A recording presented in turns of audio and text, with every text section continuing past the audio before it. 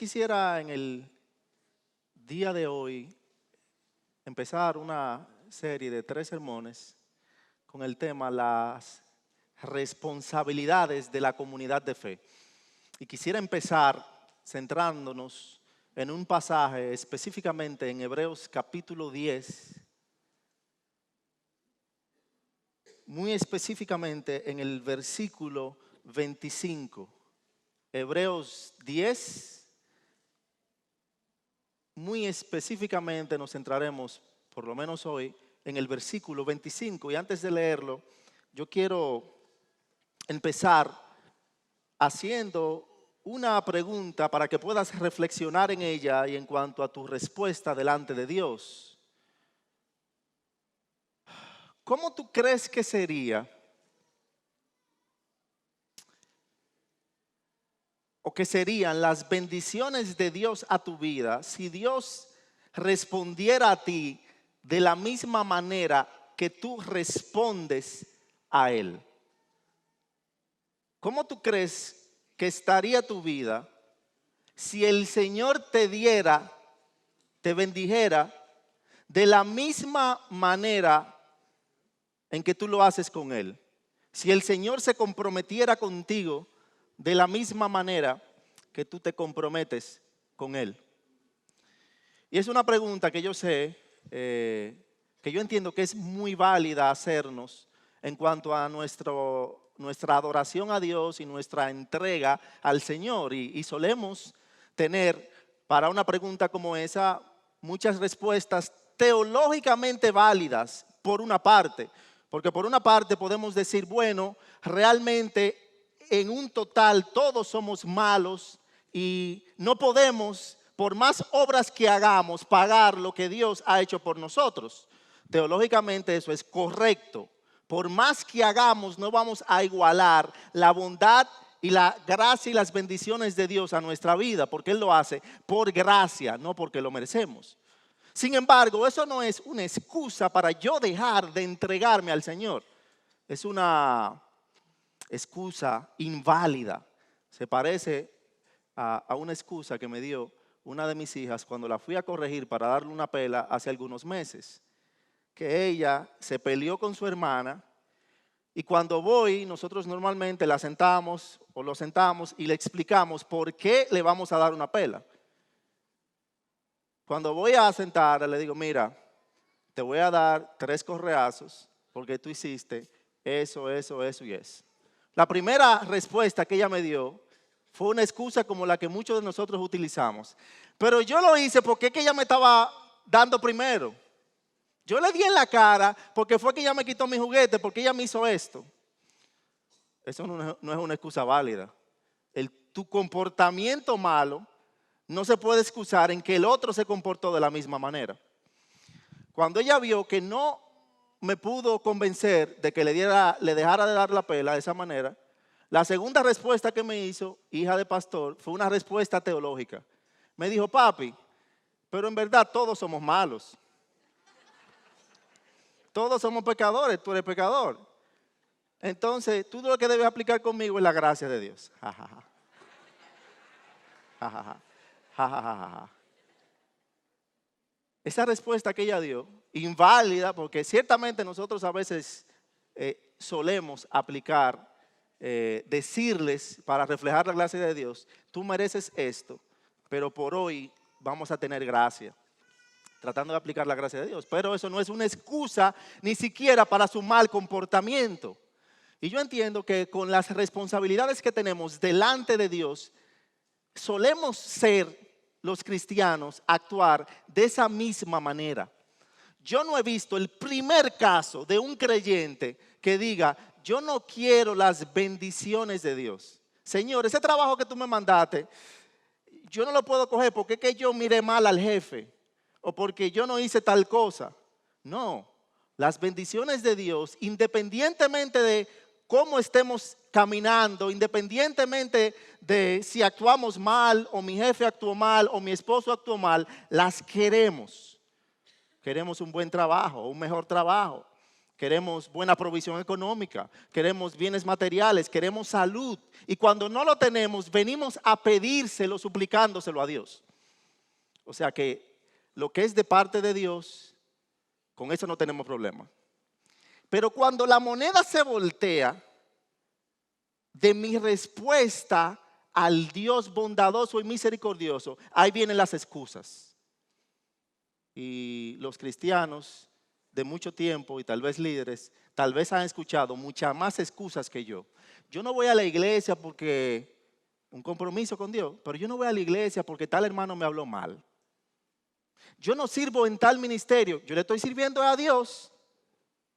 Yo no sirvo en tal ministerio porque tal hermano me miró mal, o yo creo que tal hermano está haciendo algo malo, no están haciendo la cosa como yo quiero. Yo no hago tal cosa por tal y tal cosa. O sea que mi compromiso, mi dar al Señor, mi responsabilidad ante el Señor, entonces ahí sí yo soy ñoño. Y yo la hago según mis propias pautas y no según las pautas que ha hecho el Señor. Eso es algo muy peligroso, extremadamente peligroso. De hecho, el autor de Hebreos, en Hebreos capítulo 3, llama a exhortarnos día a día unos a otros, porque si caemos en eso, se nos endurece el corazón hacia la palabra de Dios. Por lo tanto, explicando eso como introducción, vuelvo a preguntarte para que reflexiones. ¿Cómo está tu responsabilidad en obediencia a Dios con las cosas que Él manda en su palabra? ¿Cómo está tu responsabilidad en la comunidad de fe en obediencia a Dios? No en obediencia a mí, el pastor, ni ninguno de los otros líderes, ni ningún otro hermano, porque al fin de cuentas, a quien tú le vas a dar cuentas es a Dios. ¿Cómo está tu responsabilidad con la comunidad de fe en la cual estás? Yo creo que el Señor nos ha bendecido inmensamente. El Señor nos ha bendecido inmensamente. El Señor nos ha bendecido inmensamente. Pero yo creo que todos, y me incluyo, debemos actuar en una mejor respuesta a la manera como el Señor nos ha bendecido. Y por eso yo quiero tomar, y yo creo que esto podemos tomar varias partes en esta serie, pero yo quisiera iniciar con 3 partes esenciales. Y la primera con la que yo quisiera iniciar es viendo el texto en Hebreos capítulo 10, versículo 5, y viendo la primera responsabilidad, no porque sea la primera, pero es una de las responsabilidades que tenemos como comunidad de fe delante de Dios, y es la congregación de los santos. La congregación de los santos. ¿Cómo estoy yo obedeciendo a mi responsabilidad de congregarme? Que no es que lo dice el pastor por decirlo. No es que lo dice el diácono cuando me llama por decirlo. Es que la Biblia lo manda. El libro de Hebreos fue escrito a un grupo de creyentes que estaban bajo gran persecución por su fe. Específicamente creyentes que habían salido del pueblo judío y habían puesto su fe en Cristo, aquel que había sido muerto y acechado por los mismos líderes judíos. Y claro está, cuando la comunidad judía empezó a ver que personas salían de la religión judía y se entregaban por completo a Jesucristo, empezaron a perseguirlos. Y por lo tanto, estos nuevos creyentes enfrentaban una gran tentación de negar su fe y volverse a la religión judía, porque estaban siendo mutilados, apedreados, rechazados por sus familias y hasta muertos. Y es por eso que el autor de Hebreos, quien permanece anónimo en toda la carta, escribe esta carta para hacerles ver a esos creyentes la majestuosidad del Salvador al cual se habían rendido. Y él utiliza una palabra que empieza a usarla desde el capítulo 1 en el versículo 4, que es mucho mejor, hablando de Cristo como algo mucho mejor. Él presenta a Cristo como mucho mejor que la ley por completa, hablando de Moisés, hablando de Abraham, hablando inclusive hasta de los mismos ángeles. Él presenta a Cristo desde el capítulo 1 como el Dios mismo. Y cuando llega al capítulo 10 de Hebreos, él empieza a resumir su argumento de Cristo como algo mucho mejor que cualquier otra cosa y llevar ese argumento desde lo teológico, desde el pensamiento a lo práctico, que es cómo se vive la fe. Él va desde la enseñanza, desde el qué, hacia el cómo debes responder. Y en el versículo, desde el versículo 21, él empieza a resumir ese argumento. Él dice en el capítulo 10, versículo 21, y teniendo un gran sumo, gran sacerdote sobre la casa de Dios, se está refiriendo a Jesucristo. Entonces, él empieza en el versículo 22, bueno, desde el versículo 19 resume su argumento teológico. Así que, hermanos, teniendo libertad para entrar en el lugar santísimo por la sangre de Jesucristo, por el camino nuevo y vivo que Él nos abrió a través del velo, esto es, de su carne, y teniendo un gran sumo sacerdote sobre la casa de Dios, que es básicamente lo que acaba de explicar en los primeros 10 capítulos. Entonces él entra en el versículo 22 a la respuesta que debemos dar por el gran Salvador que tenemos en Cristo Jesús. Entonces dice, utiliza 3 verbos en el versículo 22, acerquémonos con corazón sincero en plena certidumbre de fe, purificados los corazones de mala conciencia y lavados los cuerpos con agua pura. Dice en el versículo 23, otro verbo utiliza para cómo debemos responder a la majestuosidad de Jesús. Mantengamos firme, sin fluctuar, la profesión de nuestra esperanza, porque fiel es el que prometió. Y en el versículo 24 utiliza otro verbo como respuesta a la grandeza, majestuosidad de Jesucristo que debemos responder, y considerémonos unos a otros para estimularnos al amor y a las buenas obras. Versículo 25, no dejando de congregarnos como algunos tienen por costumbre, sino exhortándonos, y tanto más cuando ves que aquel día se acerca. O sea que las 3 respuestas que él da, por si lo puedes notar en el versículo 22, él habla en sentido personal, en cómo debemos acercarnos con corazón sincero delante de Dios. En el versículo 23 y a partir del versículo también 24 se relaciona con la manera como respondemos con otros creyentes, con la manera como respondemos con la comunidad de fe. Y en lo concerniente en cómo respondemos con la comunidad de fe y cómo nos amamos los unos a los otros, él es muy específico de cómo hacer eso puntualmente en el versículo 25.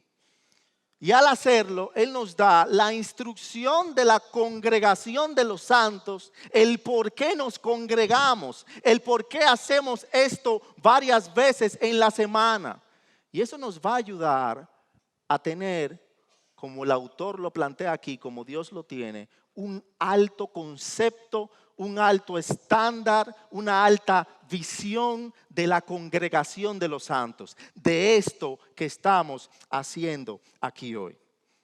Lo primero que él nos deja ver, el primer punto, es que el congregarse, y eso anótalo en el versículo 25, el congregarse no es una opción, es un mandato divino. El congregarte no es una opción, es un mandato divino. El cristianismo bíblico e histórico siempre ha resaltado la importancia de que los creyentes se junten para adorar a Dios. La iglesia y su congregación, su reunión constante, cumplen un rol vital en la salvación y en la santificación del pueblo de Dios. Se dan casos dentro de las iglesias de personas no salvas que se cuelan dentro de la membresía de la iglesia. Puede pasar porque no somos perfectos, pero no se dan casos, o no estoy seguro de que una persona pueda ser un cristiano sano sin ser miembro de una congregación, sin congregarse junto con el pueblo de Cristo. ¿Por qué? Porque eso es lo que empezamos a ver desde el nacimiento, desde la iglesia primitiva, desde el surgimiento de la iglesia de Cristo en el libro de Hechos. En Hechos capítulo 2 se nos relata el primer sermón de Pedro cuando llegan el primer gran grupo de creyentes luego de que Cristo asciende, se va al cielo. Y Hechos capítulo 2 versículo 42 nos relata después de la predicación tan espléndida de Pedro del evangelio de Jesucristo, y nos dice que se arrepintieron, que se sumaron a la iglesia miles de creyentes. Y dice Hechos capítulo 2 versículo 42 que estos creyentes que fueron sumados a la iglesia se dedicaron a la enseñanza y la comunión de los apóstoles, al partimiento del pan y las oraciones. Y la última oración de Hechos capítulo 2 versículo 47 nos dice que el Señor añadía cada día a la iglesia los que habían de ser salvos. O sea que hay una relación directa desde el inicio del nacimiento de la iglesia con la salvación y la santificación y la iglesia de Cristo. O podemos decir que entonces Dios no agregó personas a la iglesia sin salvarlas. Y Dios no salvó a personas y las dejó solas. Él salvó a personas y las agregó a la iglesia. Y a su vez, estas personas se entregaron por completo en el amor los unos con los otros. Eso implica que todo era perfecto, porque uno ve o lee Hechos capítulo 2 y el resto de los capítulos y uno piensa, wow, esa fue una comunidad perfecta. Se entregaban por completo, vendían todo y venían a convivir los unos con los otros y era una comunión constante. Pero a medida como leemos el libro de Hechos, vemos que no era perfecta. Habría problemas de orgullo, habría problemas de contienda, había problemas de engaño. Sin embargo, el Señor continuaba salvando y santificando a través de la iglesia local. Esa unión orgánica de salvación personal y membresía de la iglesia es el patrón inmutable del Nuevo Testamento y de toda la historia de la iglesia. Y lamentablemente entramos en una época donde no parece ser así, donde muchos se quejan de que nos congregamos demasiado, de que si realmente necesitamos congregarnos. Ayer yo leí un artículo de un ex pastor que escribió un documento un tanto largo en el cual su tesis principal es que ya no hay la necesidad de congregarnos físicamente, porque él decía que ya con los campus en línea que se tiene, con el tú poder ofrendar en línea, con el tú poder, decía él, con $20 poder descargar todas las alabanzas, todas las canciones de alabanza que tú quisieras desde diferentes plataformas o hasta gratis desde YouTube. Y el planteamiento de él era que no es necesario. Pero a la vez, estudiando para el tema, pude encontrar varios escritos de diferentes pastores que tienen no ese mismo grito, pero tienen la gran preocupación que dicen que esta es la época donde es más difícil mantener a las personas en las iglesias. Y ahí muchos pastores, para tratar de mantener las personas en las iglesias, presentan una serie de ideas. Yo leí ayer un pastor que decía, bueno, algo que nos ha funcionado en la iglesia es que tenemos un car wash en el parqueo. Entonces los hermanos se animan porque les lavamos el carro mientras están en el servicio. Otro pastor decía, nosotros todas las semanas le compramos un regalo a cada persona que viene a la iglesia para que se sientan animados. Y así, uno y otro idea de la corriente que en inglés se llama seeker friendly, de personas que solamente buscan, atraer personas y tratan de mantenerlo con todas las ideas y cosas que le llegan a la mente para que la gente se sienta contenta. Pero la realidad es, mis hermanos, y podemos aquí hacer una lluvia de ideas y determinar, no, pero si hacemos esto, las personas van a venir más y se van a quedar más. Pero la realidad es, mi hermano, que no hay otra motivación que nos deba hacer congregarnos como la iglesia de Dios que el saber, número uno, que es un mandato divino. Un mandato divino que existe mucho antes de que yo naciera. Fue dado por Dios. Aunque técnicamente aquí el mandato no es congréguense, sí el mandato es, en el versículo 25, en la primera parte, a no dejar de congregarse. Y es enfático, no dejando de congregarnos, juntarse como iglesia, según los requerimientos establecidos por Dios. Al parecer, algunos de los miembros de la comunidad al cual el autor de Hebreos se está dirigiendo habían fluctuado, habían parado, se habían vuelto apáticos en cuanto a la congregación de los santos, y no los culpo, porque cuando ellos se reunían eran casi de una manera clandestina. Era clandestinamente, no era abiertamente como tenemos una iglesia aquí con la puerta abierta y sillas cómodas y con aire acondicionado y con la libertad de poder durar todo el tiempo que queramos aquí. Era algo que estaba prohibido no solamente por la religión judía, pero la religión judía tenía un poder político dentro de la sociedad y lo ejercían. O sea que tenían que responder al mandato de congregarse clandestinamente, a sabiendas de que podían morir. Es fácil hacer una costumbre el faltar a la iglesia, porque nuestra tendencia mayor no es el ser legalistas en cuanto a la congregación. Nuestra tendencia mayor es al revés, faltar, ser liberales en cuanto a la congregación. De hecho, para mi novedad, esto leyendo ayer, vi que existe o fue llamado así desde hace mucho. Hay una epidemia y esta enfermedad que se ha titulado en los círculos cristianos y teológicos por pastores de la siguiente manera: el morbus sabbaticus. Tal vez algunos lo habían oído, pero yo nunca lo había oído. Y el morbus sabbaticus es una enfermedad o epidemia que es definida de la siguiente manera, y estoy leyendo cómo la definieron un teólogo. Es un virus muy común en los miembros de la iglesia y ataca los domingos en la mañana y los días que hay estudio bíblico o cultos de oración. El género del virus es el Bacillus flacitis do Espíritu y de la familia Apaticus alcignore y conjuntivitis seculares. Las características peculiares de esta epidemia e enfermedad que está arrasando con las iglesias son las siguientes. Solo ataca a los miembros de la iglesia.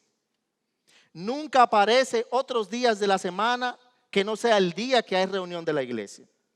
Los síntomas pueden variar en cada caso, pero no quitan ni el apetito ni el sueño. Nunca permanece por más de unas horas en esos días. Generalmente empieza a atacar al jefe de la familia o a la esposa y luego contagia a la familia y no se cura a tiempo. Ninguno llama a un médico para atender ese caso. Es grave y fatal para el alma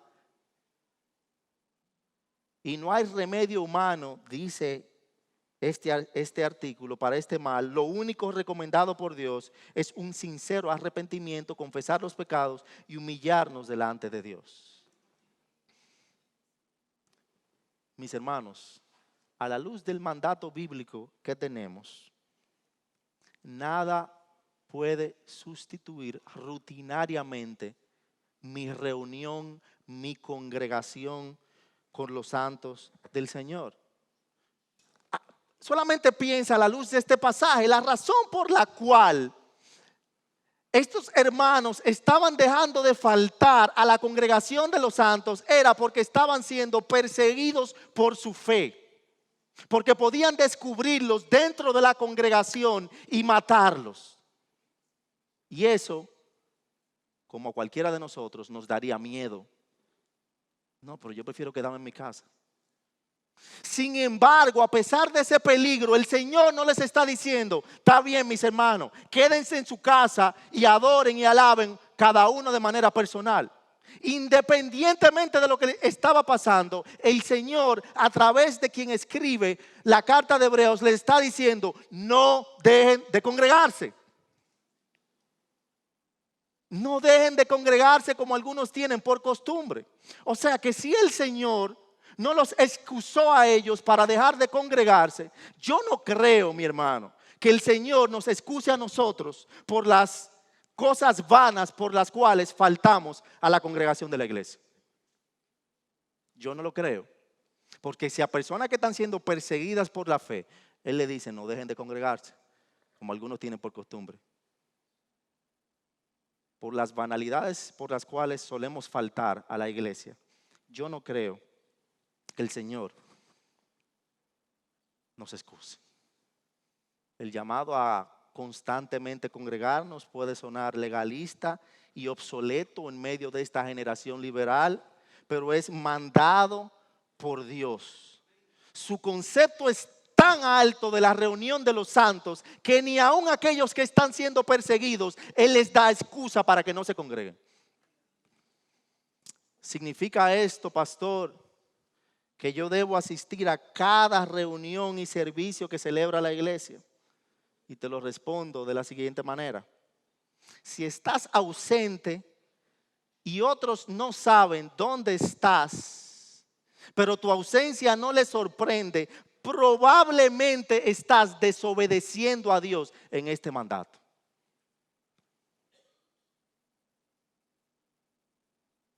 O sea, esto no se trata de que si me salí con la mía y el pastor o el diácono o tal hermano no me llamó y tengo tanta y puedo faltar tantas veces a la iglesia o puedo.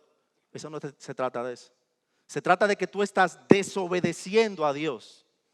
Y una manera de hacer una reflexión interna de cómo estoy yo obedeciendo este mandato de Dios de no dejar de congregarnos es la siguiente. Te voy a dar 2 puntos que a mí me sirven y yo creo que te pueden servir a ti. Si faltas a la iglesia sin hacer falta en la iglesia, estás mal. O sea, si tú faltas a la iglesia tan continuamente que la gente ya ni nota que tú no estás, hay algo mal que está pasando. Y de la misma manera, si faltas a la iglesia y a ti no te hace falta la iglesia, no te hace falta congregarte, hay algo mal que está pasando también. Solamente imagínense, la iglesia es la familia de Dios. Somos parte del pueblo de Dios.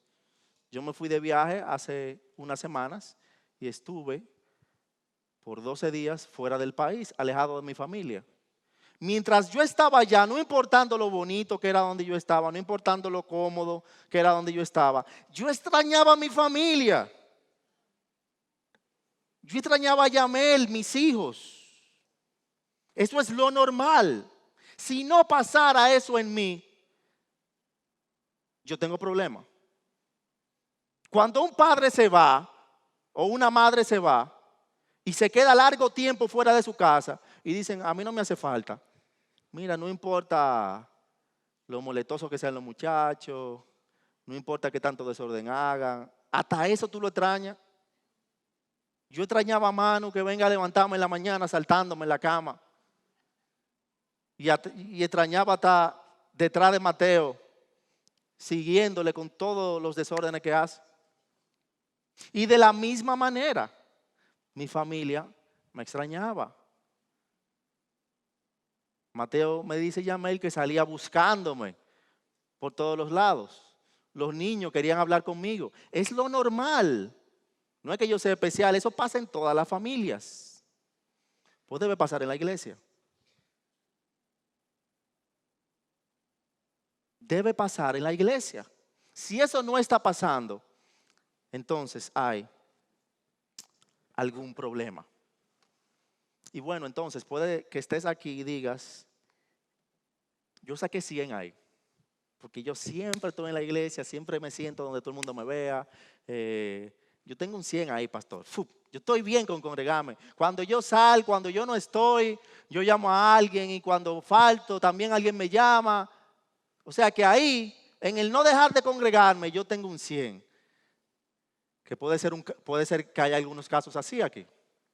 Pero párate ahí que el texto sigue. Él no solamente dice que se dejen de congregar. Él da un contraste, que es el segundo punto que vemos aquí. La congregación de los santos involucra tu participación. Fíjate que luego de decir no dejando de congregarnos, él va a dar un contraste, y el contraste no es entre estar presente y no estar. No es entre estar ausente y estar presente. El contraste que el escritor de Hebreos está dando es entre no dejar de asistir y exhortarse el uno al otro. No dejando de congregarnos, como algunos tienen por costumbre, sino exhortándonos. O sea, que según el texto bíblico, la congregación de los santos requiere más que solo tu presencia en las reuniones de la iglesia, requiere tu participación en la congregación de los santos. El mandato a congregarse no se cumple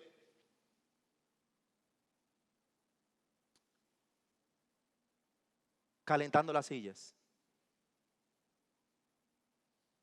Pónganse de pie.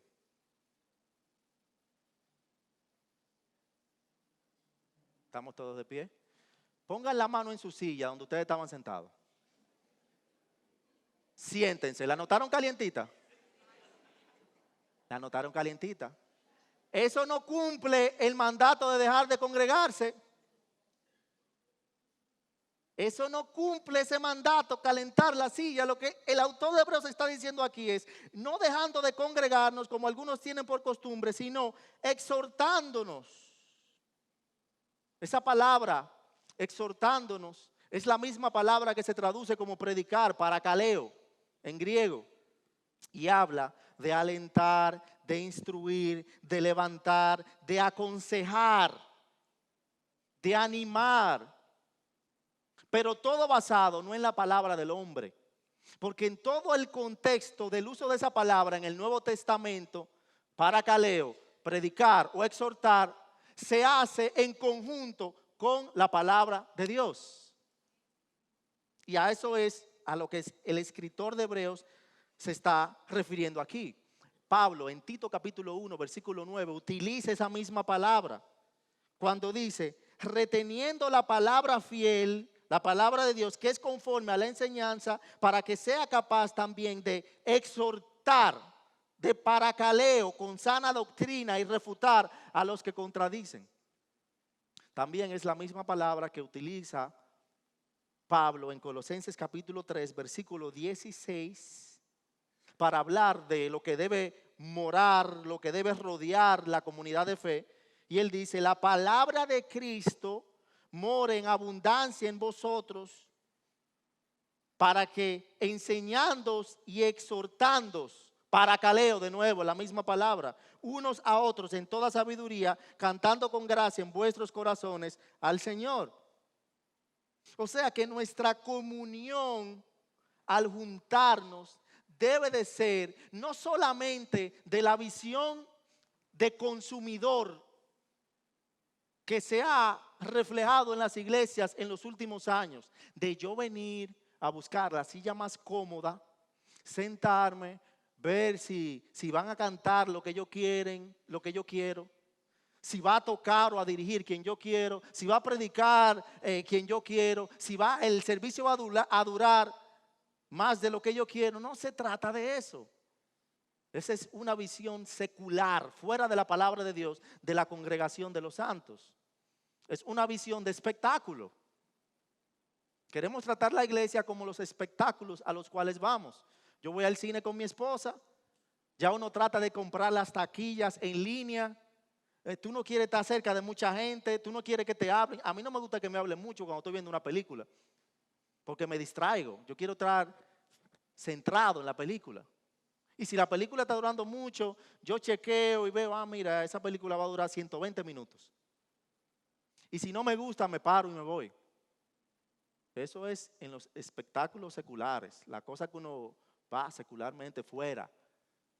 Pero en la congregación de los santos del Señor no es así. El Señor no manda a eso.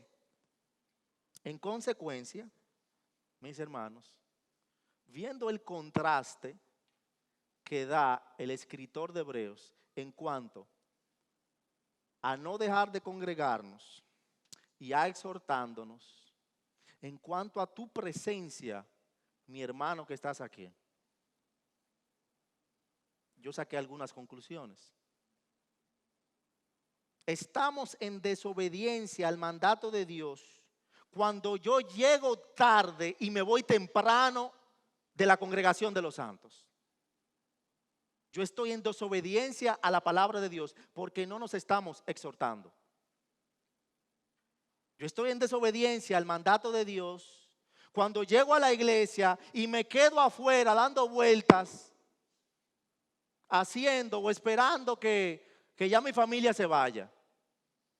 Es como si yo no he venido a la iglesia.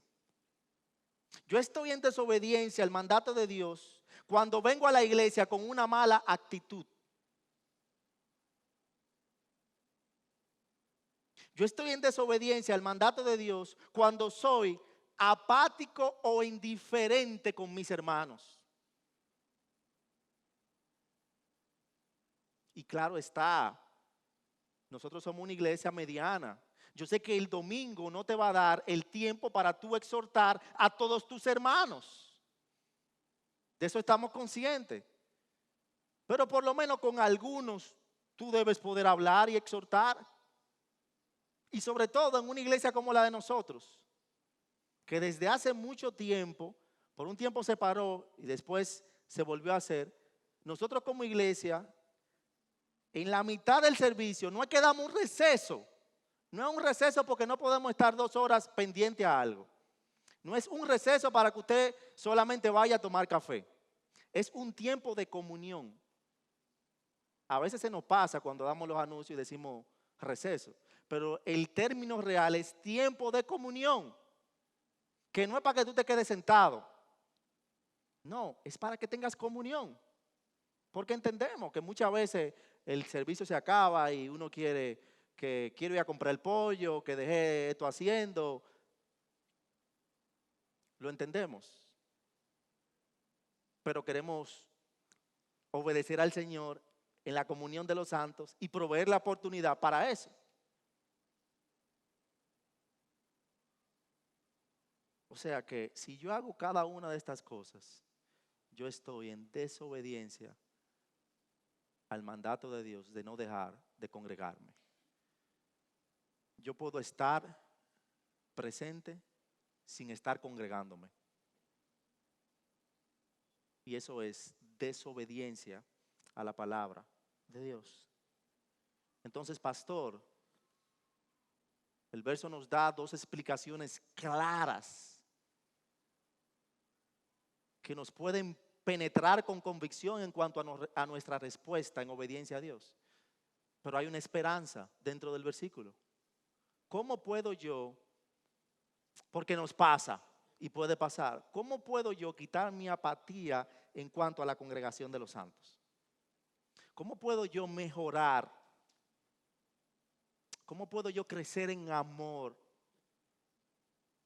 en congregarme? Porque a veces pensamos, como le pasó a una familia con la que comí en Estados Unidos, que cambiándome de iglesia, no, porque el problema es aquí, hay 300 personas, pero el problema es aquí. Porque cuando yo me vaya de iglesia, cuando yo cambie a otra iglesia, todo va a ser mejor. Pero mentira del diablo. Tú vas a durar 1 o 2 años en asimilación y al final, ¿tú sabes qué va a pasar? Lo mismo. Una hermana me decía que se cambió de iglesia por eso y cuando duró 1 o 2 años en una iglesia, que es una iglesia que refleja amor, yo lo puedo testificar, se sentía igual que en la otra iglesia y vio que el problema estaba en ella y en su familia. Y decidieron cambiar y desde que decidieron cambiar todo cambió. Ellos acercándose y exhortando, porque normalmente la falta la vemos allá. Pero si yo ayudo a que eso cambie, entonces el texto aquí apunta hacia algo que nos puede ayudar a quitar la apatía y obedecer el mandato de no dejar de congregarme. No dejando de congregarnos como algunos tienen por costumbre, sino exhortándonos. Y dice la última parte, y tanto más cuando veis que aquel día se acerca. Lo que nos da el tercer punto del mensaje, la congregación de los santos se nutre de nuestro deseo de la eternidad. La congregación de los santos refleja y se nutre de nuestro deseo de la eternidad. Como yo decía en el principio, esta es la experiencia más cercana que tenemos a la gloria celestial. Es así. Y alguien no me puede decir que anhela la gloria celestial, pero rechaza la comunión de los santos en la tierra. Son dos cosas opuestas. Es como que un novio, y lo más cercano que tenemos a nuestra relación con Dios, y la Biblia lo ilustra varias veces de esa manera, es un matrimonio. Es como que un novio que está comprometido con su novia diga, yo me quiero casar con ella, pero yo no quiero pasar tiempo con ella ahora. ¿Cómo así, varón? Eso está raro. Un novio que se quiere casar con su novia, le tienen casi que romper el teléfono para que deje de hablar con su novia. A mí José, yo creo que varias veces tuvo casi que sacarme del mueble de él, porque yo quería casarme con Yamel. Y yo iba y me plantaba en el mueble afuera. Y él tal vez no se recuerda, pero a mí no me gustan los jugos de lechosa. Y José cada vez que yo iba, yo lo puedo beber con leche, pero él me sacaba un jugo de lechosa natural, con miel, sin azúcar. Y yo en mi mueble, al lado de mi novia, me lo bebía, tranquilo. Y yo peleaba. Ahora yo no me lo bebo. Pero en ese tiempo yo no peleaba. ¿Por qué? Porque yo me quería casar con Yamel. Y yo iba y me sentaba y quería apresurar la boda y que vamos a casar. Eso es lo normal. Un novio no puede decir, yo me quiero casar con ella, pero yo no quiero estar con ella ahora. ¿Cómo así? La iglesia es el cuerpo de Cristo. La iglesia es llamada la novia del Cordero, ilustrada. ¿Cómo va a ser que un cristiano puede decir, yo quiero ir a la gloria celestial, pero yo no quiero estar con la novia de Cristo? Yo no quiero tener comunión. Eso no tiene sentido. No tiene sentido alguna. Cada vez que esa palabra, algo interesante que encontré, esa palabra congregarse en el griego bíblico, cada vez que se usa en un contexto escatológico. Se usa aquí y se usa en Primera de Tesalonicenses. Y cada vez que se usa reflejando la congregación de los santos y dando un señalamiento en cuanto a la eternidad y la gloria celestial. O sea que es una implicación directa que tenemos en el texto. Pero hay otra implicación directa más que congregarnos, que apunta hacia la gloria celestial. Y tanto más cuando veis que aquel día se acerca. Aquel día, cada vez que un día se refleja, como está apuntado aquí, se refiere enfáticamente al día del Señor. Día de juicio y condenación para muchos, y día de gozo, de regocijo para otros que iremos a la gloria celestial por Cristo Jesús. En Hechos capítulo 2, versículo 20, se utiliza esa frase del mismo día: el sol se convertirá en tinieblas y la luna en sangre antes que venga el día, que se le pone como apellido en muchos versículos, el día del Señor grande y manifiesto. En Apocalipsis capítulo 6, versículo 17, hablando de la ira que se va a aplicar en ese día, dice: porque el gran día de su ira ha llegado, ¿y quién podrá sostenerse? En Primera de Corintios capítulo 3, versículo 13 se utiliza el mismo término: la obra de cada uno se hará manifiesta, porque el día la declarará, pues por el fuego será revelada, y la obra de cada uno, cual sea el fuego, la probará. Y en Hebreos capítulo 10, versículo 28, un poco más adelante, hay una referencia a ese mismo día. Así también Cristo fue ofrecido una sola vez para llevar los pecados de muchos, y aparecerá por segunda vez sin relación con el pecado para salvar a los que le esperan, describiendo el día. No está en el capítulo 10. Pero ese es el mensaje que da, describiendo exactamente cuál es el día. ¿Y qué haremos nosotros en el día o luego del día? ¿Qué haremos nosotros en la eternidad? Hay muchas cosas que la Biblia nos apunta que haremos en la eternidad. Pero una de ellas es que nos apunta la Biblia que serviremos a Dios. En su visión de lo que está pasando, en su visión escatológica de lo que pasará en los cielos, Juan apunta en Apocalipsis capítulo 7, versículo 15, diciendo: por esto están delante del trono de Dios y le servían día y noche en su templo. Y el que está sentado sobre el trono extenderá su tabernáculo sobre ellos. También Juan nos apunta en Apocalipsis capítulo 7, los versículos del 9 al 11, que vamos a estar postrados adorando a Dios.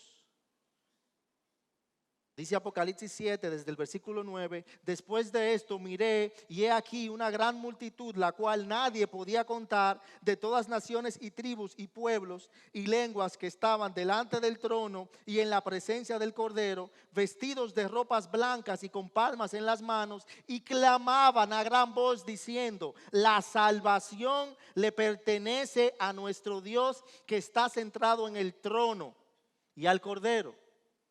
O sea que un texto nos revela que vamos a servir a Dios, un texto nos revela que vamos a adorar a Dios. En Hebreos capítulo 12, en el versículo 22, dando un apuntamiento también escatológico, se nos revela que vamos a tener comunión los unos con los otros. Dice que sino que os habéis acercado al monte de Sión, a la ciudad del Dios vivo, Jerusalén, la celestial, a la compañía de muchos millares de ángeles, a la congregación de los primogénitos que están inscritos en los cielos, a Dios el juez de todos, a los espíritus de los justos hechos perfectos. O sea que habrá creyentes del Antiguo Testamento, habrá creyentes del Nuevo Testamento, habrá ángeles y otras criaturas celestiales, y por supuesto estará Dios, el Trino Dios. O sea, imagínate la oportunidad que tendrás, no solamente de hablar con los salvos, los redimidos que conociste aquí en la tierra, pero de poder tener comunión con Moisés, con David, con cada uno de esos creyentes y personajes de la historia de la iglesia. O sea, ¿qué habrá? Vamos a servir a Dios, vamos a adorar a Dios, vamos a tener comunión. ¿Qué otra actividad hay en la tierra? ¿Qué actividad hay en la tierra que revele por lo menos esos 3 puntos? Servir a Dios, comunión con los creyentes y adorar a Dios. ¿Qué actividad hay que se parezca a eso aquí en la tierra? La iglesia, la congregación de los santos del Señor. Esto es lo más parecido que tenemos a la gloria celestial. Por lo tanto, es imposible no relacionar la comunión de los santos, la congregación de los santos del Señor con la eternidad. Por lo que nuestra visión de la iglesia local y su congregación es un reflejo de nuestra visión y nuestro deseo por lo celestial. Mientras más enfocados estamos en lo celestial, mientras más esperamos con ansias nuestra eternidad, más vamos a desear la congregación de los santos, porque es lo más parecido a la eternidad en la gloria celestial que tenemos aquí en la tierra. Pero cuando tenemos nuestros ojos más enfocados en la tierra, en lo pasajero y en lo carnal, menos vamos a anhelar estar con los santos del Señor. Menos vamos a anhelar congregarnos como los santos redimidos del Señor. Mientras muchos dicen, debemos congregarnos menos. Mientras muchos plantean que no hay necesidad para hacer esto tanto, Dios está diciendo no solamente que no debemos dejar de hacerlo, sino que debemos hacerlo aún más mientras más anhelamos la eternidad y la gloria celestial. Visto todo esto, mis hermanos, mi hermano que estás aquí, ¿cuál será tu respuesta ante tu responsabilidad al mandato de Dios de no dejar de congregarte? ¿Cuál será tu respuesta ante el mandato de Dios, no solamente de no dejar de congregarte, sino de exhortar a tus hermanos mientras estamos congregados? ¿Cuál será tu respuesta? Dios ha sido bueno contigo, Él ha sido misericordioso contigo. Él es tan bondadoso con nosotros, tan bondadoso. Yo te exhorto, mira al cielo, mira la eternidad y ama la iglesia local y la congregación de los santos, porque esta va a ser tu eternidad. Y si no lo estás haciendo,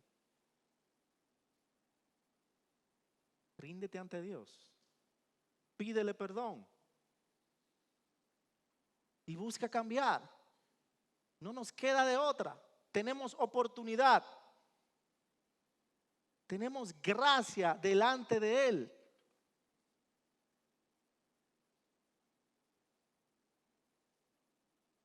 Un texto que durante esta serie quiero repetir constantemente y con el cual quiero terminar hoy es Hebreos capítulo 3, los versículos del 12 al 13.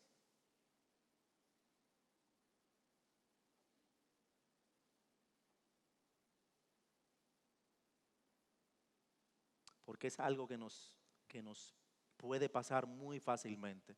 Y si no somos cuidadosos, podemos actuar con soberbia y orgullo en desobediencia a Dios por cosas externas.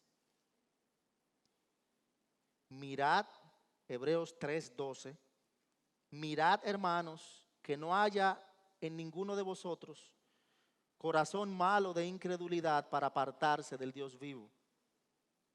Antes, exhortaos los unos a los otros cada día, entre tanto que se dice hoy, para que ninguno de vosotros se endurezca por el engaño del pecado. No permitas que tu corazón se endurezca ante el llamado de Dios y actúa en obediencia a Él y haz un cambio hoy. Si estás aquí, no te has sometido al señorío de Cristo, puedes hacerlo hoy. El Señor da este llamado a congregarse a todos aquellos que han sido redimidos por Dios. Y somos personas imperfectas, con debilidades, somos pecadores redimidos, que corremos hacia la santidad de Dios. Y hoy tú puedes entregarte por completo ante el señorío de Cristo. Solo debes reconocer tu falta, tu pecado, tu necesidad de Él y proclamarlo a Jesucristo como tu Señor y Salvador.